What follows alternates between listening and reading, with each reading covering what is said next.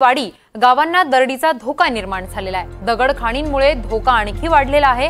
गावात 24 तास सुरू असतात दगडांचे स्फोट।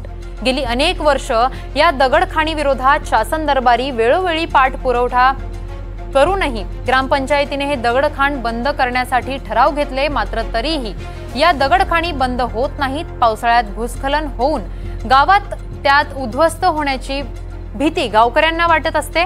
24 तास दगडखाणीत ब्लास्टिंग यामुळे घराला तडे देखील गेलेले आहेत। या ठिकाणांहून सतत 10-12 टनांच्या लोडेड गाड्या फिरत असल्यामुळे येथील रस्त्यांची मात्र अवस्था ही दयनीय झालेली आहे।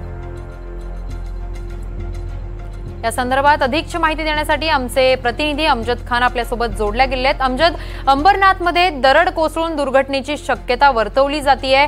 दगडखाणींमुळे धोका आणखी वाढलेला आहे, तर गावामध्ये 24 तास दगडांचे स्फोट देखील सुरू असतात अशी माहिती समोर आलेली आहे। काय अधिकची माहिती आहे?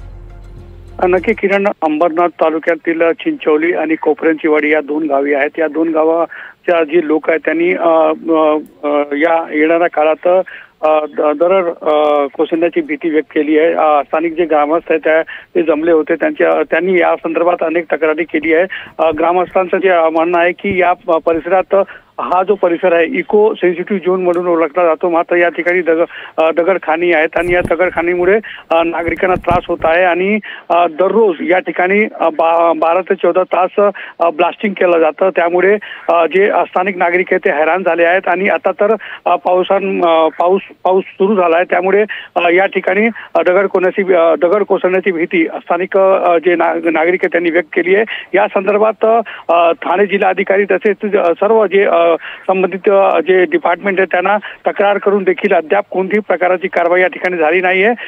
या ग्रामस्थांनी आता इशारा दिला आहे की आता हे जे खाणी बंद नाही झाले तर त्या विरोधात उग्र आंदोलन करणार आहेत। किरण, अगदी समजत, धन्यवाद तुम्ही दिलेल्या या सविस्तर माहितीसाठी।